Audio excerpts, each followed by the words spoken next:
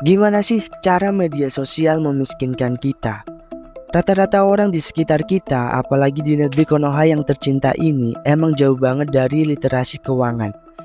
Dampaknya kita jadi jarang nganggep uang itu adalah suatu yang bervalue. Makanya di luar sana banyak yang cepet habis kalau pegang uang.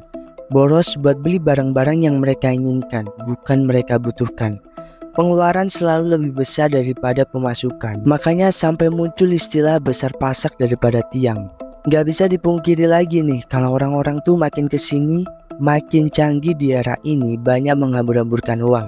Dari misal buat belanja-belanja online, datang kurir yang nganter paket tiap hari, gaya hidup berkedok healing alias liburan mahal yang terlalu sering, dan akhirnya punya kebiasaan hidup yang melebihi kemampuan finansial. Nah, dari semua itulah menurut gua akar permasalahannya itu ada di media sosial.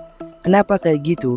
Karena kita tuh hidup gak bisa jauh dari smartphone. Kita semua internetan, kita semua bersosial media. Dan menurut penelitian, lewat sosial media itulah yang bikin kita semua tiap hari akan terpapar oleh iklan-iklan sebanyak 7.000 sampai 10.000 kali tiap hari. Dan bayangin banyaknya godaan yang akan ditimbulkan buat kita pada akhirnya akan membeli sesuatu yang sebenarnya nggak perlu. Belum lagi kemudahan di era sekarang seperti akses pay later, akses pinjol yang bikin kita jadi mudah beli barang-barang meskipun nggak punya uang. Iya kan? Dan pada akhirnya ya sama aja kita ngutang gitu. Makanya dari penjelasan singkat tadi di video kali ini kita mau bahas tentang gimana sih sebenarnya media sosial itu mempengaruhi kita dan bikin kita ngeluarin uang lebih banyak. Gue harap setelah ini kita jadi bisa belajar bareng buat gak lagi terpengaruh oleh sosial media yang akhirnya bikin kita jadi susah ngumpulin uang. Ngumpulin uang aja susah kan, apalagi ngumpulin kekayaan. Langsung aja yuk, ini dia 5 cara media sosial membuat kita menjadi miskin. Yang pertama, banyak termakan terhadap opini mayoritas. Salah satu hal yang gue sadari setelah beberapa tahun ke belakang ini bermain sosial media adalah di luaran sana banyak banget buzzer, bot yang menciptakan opini mayoritas. Tujuannya adalah membangun stigma positif untuk produk-produk yang sedang dia kerjakan. Jadi buzzer atau bot ini emang disewa orang untuk menilai produknya supaya kelihatan bagus, kelihatan berkualitas, dan intinya menciptakan kesan positif untuk produk tersebut, sehingga akan menciptakan opini mayoritas. Dan orang-orang yang terkena jebakan tersebut otomatis akan percaya buat beli barang tersebut. Contoh simpel kayak gini akan kalian temukan dimanapun, di marketplace manapun, toko oranye, toko hijau, dan lain-lainnya. Biasanya hal ini bisa kalian lihat di bagian review produk. Pasti banyak banget buzzer atau orang-orangan palsu yang mereview produk tersebut bagus, kualitasnya oke, meskipun harganya murah gitu. Dan kita terkecoh buat akhirnya percaya dan beli barangnya. Padahal setelah barangnya sampai ya kualitasnya biasa-biasa aja, gak sesuai sama yang digembor-gemborkan buzzer-buzzer tersebut. Nah hal ini tuh gak terjadi saat kita belanja aja. Ada juga kok buzzer, fake review, bot, atau orang-orangan palsu yang disewa buat mempengaruhi orang dengan menciptakan opini mayoritas. Buat ikut kursus misalnya, buat ikut datang ke tempat-tempat tertentu dengan bilang bahwa tempatnya bagus lah, makanannya enak lah, dan masih banyak lagi. Nah dampak dari semua inilah kita jadi gampang percaya sama opini orang. Kita jadi mengambil keputusan keuangan itu berdasarkan opini mayoritas, yang padahal palsu dan bobrok juga gitu. Kita jadi lebih boros, banyak keluar uang, dan akhirnya terjebak dalam situasi media sosial ini. Yang kedua, trivialisme. Di internet atau sosial media gak jarang kita itu akan mudah banget nemuin suatu kelompok yang punya ketertarikan sama terhadap kita. Entah itu ketertarikan terhadap otomotif, terhadap fashion, dan lain-lain. Sampai pada akhir di tingkat paling ekstrimnya memunculkan perasaan dengan yang namanya trivialisme. Trivialisme itu singkatnya kayak kita itu lagi di dalam suatu suku atau kelompok yang bikin kita itu seakan punya ketua di dalamnya.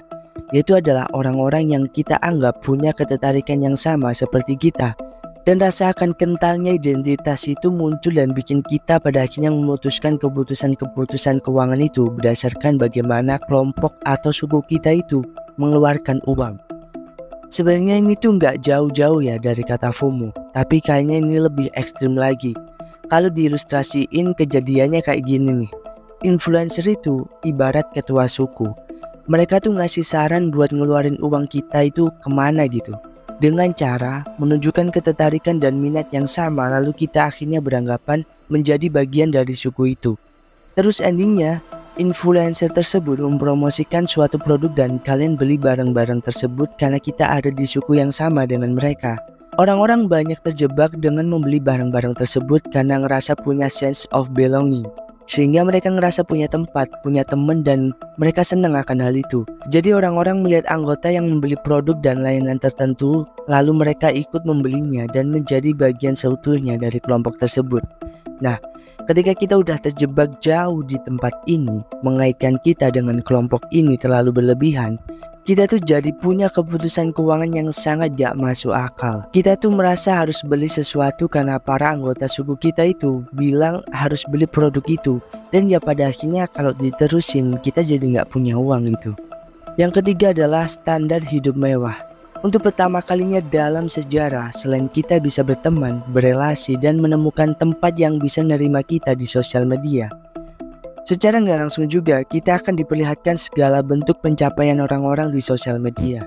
Dan untuk pertama kalinya kita bisa melihat kehidupan orang-orang, apa yang dia punya, apa yang dipunyai orang-orang, apa yang dikerjakan dan dilakukan orang-orang. Dan ini menciptakan standar kehidupan yang dimana adalah gak sesuai realita.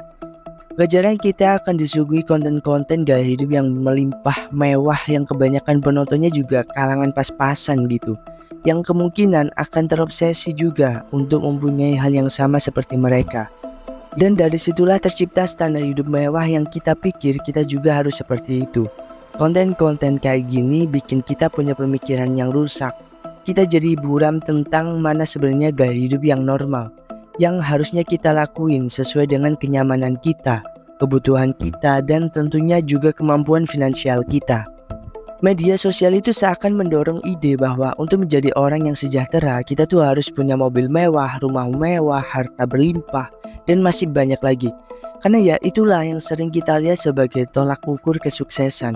Dan kalau kita nggak bisa mencapai itu semua, kita seakan akan hidup dalam kemiskinan.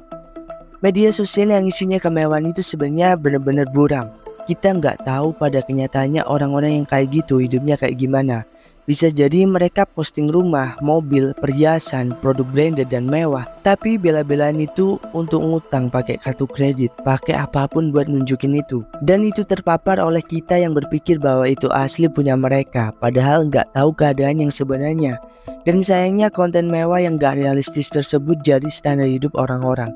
Dan ketika orang-orang membiarkan media sosial sebagai standar hidup buat dia, ya bisa jadi mereka akan kehabisan uang, berakhir atau bahkan bangkrut gitu. Lanjut, yang keempat adalah membandingkan gaya hidup dengan teman.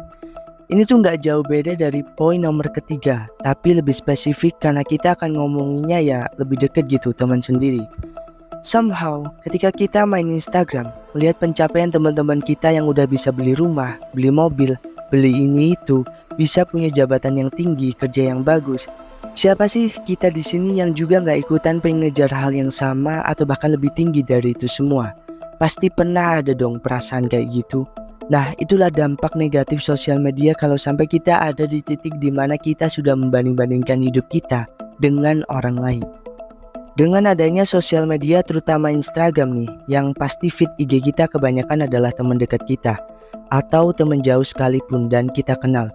Kita tuh jadi punya pikiran, gua hidup di lingkungan yang sama, di tempat yang sama, di sekolah yang sama. Kok mereka udah bisa lebih jauh ya daripada gua? Udah beli rumah, beli mobil, beli ini itu. Kenapa gua masih di sini, masih stuck? Dan perasaan-perasaan lainnya yang mungkin dari kalian semua juga pernah ngerasain kan? Dan yang terjadi adalah ketika kita sudah terpapar oleh buruknya sosial media yang biasa dijadikan standar hidup orang-orang, kita akan lebih banyak mengeluarkan uang untuk mencoba mengimbangi gaya hidup teman-teman kita. Ada yang beli iPhone, tiba-tiba ikutan beli. Ada yang liburan ke Bali, tiba-tiba nggak mau kalah, jadi pengen liburan juga, tapi yang lebih jauh, ke Raja Empat kayak ke NTT kayak kemanapun pokoknya, nggak mau kalah gitu. Dan hal-hal kayak gini yang bikin rusak otak kita dan bikin pengeluaran kita nggak terkendali dan membuat kita jauh dari yang namanya kekayaan. Merasa selalu tertinggal, merasa selalu kurang, merasa selalu ingin lebih tinggi dari teman ataupun orang lain. Itu adalah dampak paparan yang terjadi di sosial media. Ada quotes yang bilang perbandingan adalah pencuri kebahagiaan. Kita semua hidup di jalannya masing-masing, berbeda situasi dan keadaannya masing-masing. Ada banyak faktor yang mempengaruhi gaya hidup seseorang. Kalau kita selalu membanding-bandingkan hidup kita dengan orang lain di media sosial, yang ada kita akan selalu merasa kekurangan, selalu merasa tertinggal, dan selalu lupa sama yang namanya bersyukur dalam hidup. Melihat orang lain buat dijadiin motivasi itu boleh, kalau dengan ngelihat kayak gitu bikin lu jadi ngerasa pengen lebih survive dalam hidup. Tapi kalau ngelihat gaya hidup teman-teman dan bikin lu jadi iri, jadi lebih down dan gak bersyukur, harusnya lu mulai stop dan mulai menyadari dan lebih berpikir lagi langkah apa yang sebaiknya lu lakuin untuk menghindari hal ini. Yang kelima adalah terlalu insecure. Dari semua 4 poin yang udah gue sebutin tadi, sebenarnya kalau kita tarik ke atas nih, adanya perasaan-perasaan terobsesi pengen punya barang seperti orang lain, pengen punya keadaan dan kondisi yang sama seperti orang lain. Itu tuh rasa insecure kita yang memandang diri kita itu terlalu rendah gitu.